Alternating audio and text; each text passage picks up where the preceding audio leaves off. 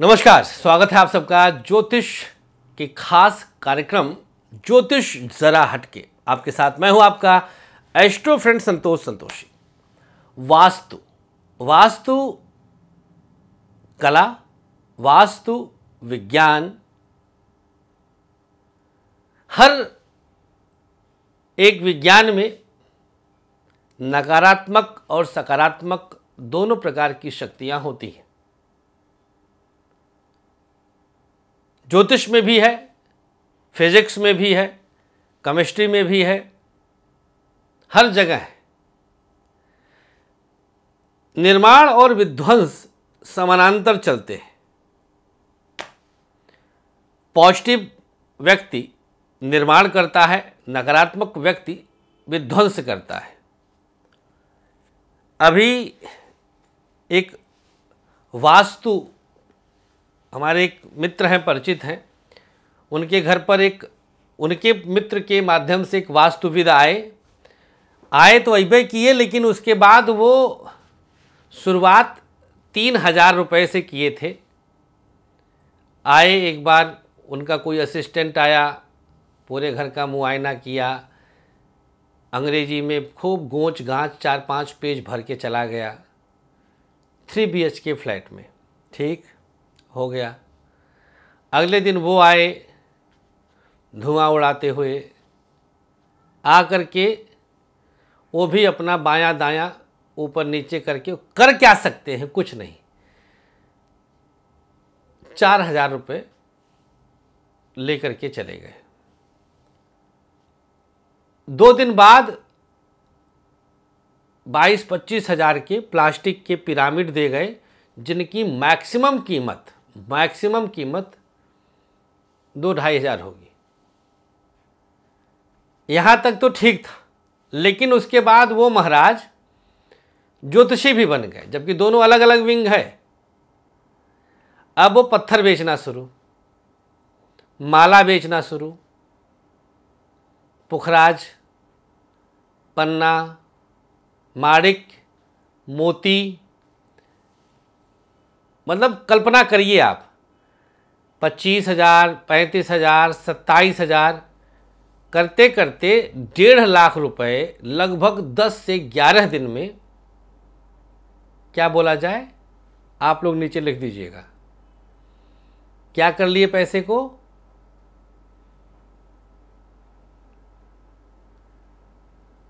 वही वास्तु का एक सूत्र। अभी हम पीछे आपको पीपल की लकड़ी का एक वास्तु का प्रयोग बताए थे, आजमाया हुआ है, यकीन मानिए चमत्कारिक रिजल्ट है। आज वास्तु के एकमात्र सूत्र को सिद्ध कर दूंगा मैं। एक ही सूत्र है वास्तु का, याद रखिएगा, ईशान कोण की पवित्रता और वहां की शुभता is equal to complete vastu. दूसरी चीज, हम कुंडली के अनुसार अपना वास्तु प्राप्त करते हैं, वास्तु प्राप्त करने के लिए बाध्य हैं। ध्यान दीजिएगा, तर्क को समझेंगे तो आनंद आएगा। जैसे ऐसी क्या व्यवस्था है कि कोई 50 फीट चौड़े बदबूदार नाले के पास ही मकान में रह रहा है? ध्यान दीजिएगा, इतने गंदे जगह पर ऐसी क्या व्यवस्था है कि कोई 10 कदम की दूरी के स्मशान घाट या कब्रिस्तान के पास ही रह रहा है? क्यों? इसका उत्तर ज्योतिष विज्ञान के पास है। कुंडली का चतुर्थ भाव और मंगल और चंद्रमा, ये 3 ग्रह, चंद्रमा, मंगल और चतुर्थ भाव का स्वामी, ये 3 ग्रह निर्धारित करते हैं कि आपका मकान, भवन, फ्लैट कहाँ होगा, किस मुखी में होगा, आपके मकान के नीचे की मिट्टी में क्या है। भगवती सौगंध, ये आपकी कुंडली का 4th हाउस कंफर्म बता देता है, कंफर्म बता देता 110%। एग्जाम्पल, अगर किसी की कुंडली के 4th हाउस का संबंध मंगल से हो गया तो वो जहां रहेगा आसपास गौशाला ना हो तो ब्राह्मण नहीं। चैलेंज के साथ ठोक करके उस जगह पर, उस जमीन पर गौशाला रह चुकी होगी, उस समय गाय रह रही होगी। मतलब कहीं ना कहीं से उस मकान का, उस ज़मीन का, भले ही आप 20वीं मंजिल पे रहते हो, हाथ कट गया मेरा, 20वीं मंजिल पे, फ्लैट में 20वीं मंजिल पे रहते हो, तो भी उस जगह पर गाय बंध चुकी होगी। अगर वहाँ पर 200 लोग रह रहे हैं, 200 लोगों की कुंडली के चौथे घर में मंगल है, तो निश्चित रूप से मेरा प्रेडिक्शन सही निकलेगा। तब वो पिरामिड और बंदूक कहाँ गया जो वास्तु विधवे लेके घूमते हैं? कमाओ, ठोक के कमाओ, झूठ बोल के ना कमाओ, सच के साथ चल के कमाओ। एक और एग्जाम्पल देते हैं। अभी एक सज्जन हमारे संपर्क में आए गुजरात के, उनकी कुंडली टेलीफोनिक हमने कंसल्टेंसी दिया, उनकी कुंडली में मार्केश प्रूव हो रहा था और शीघ्र मृत्यु का योग था। तो मैंने एक अनुष्ठान बताया, लगभग 3.5-4 लाख जो ब्राह्मणों के द्वारा कराया जाता है, मंत्र जाप 7 दिवसीय। तो हमसे फ़ोन पे कहते हैं कि आप लिख के दे दीजिए कि आप मरने वाले हैं, इसलिए हमको 3.5 लाख खर्च करना है। हमने कहा कि लिखने तक आप जीवित रहेंगे इसकी गारंटी आप दे दीजिए, फिक्स है, समझ में आएगा तब तक देर होगी, मिलना तो भोग के अनुसार है। ठोक कर कमाना इसे कहते हैं कि मंत्रों की कोई सीमा नहीं होती है। मैं एक बार मंत्र जपने का 10 करोड़ ले लूँ, मेरी मर्जी, देने वाला दे, ना देने वाला हाथ जोड़ ले, वो मेरी क्षमता है। झूठ बोलकर नहीं, पिरामिड बेच के नहीं। ईशान कोण के वास्तु को आज हम बिल्कुल ऐसा कर देंगे कि आपको कभी जिंदगी में किसी वास्तुविद के सहारे की आवश्यकता नहीं पड़ेगी। और यकीन मानिए, इससे बड़ा छलावा कुछ नहीं। हाँ, कोई बहुत बड़ी फैक्ट्री है जहाँ 250-300 लोग काम कर रहे हैं, उन सब के वास्तु को हम लोग कर सकते हैं, कुछ वहाँ की एनर्जीज को बैलेंस किया जा सकता है, वो भी कुंडली उसमें नितांत अनिवार्य होता है।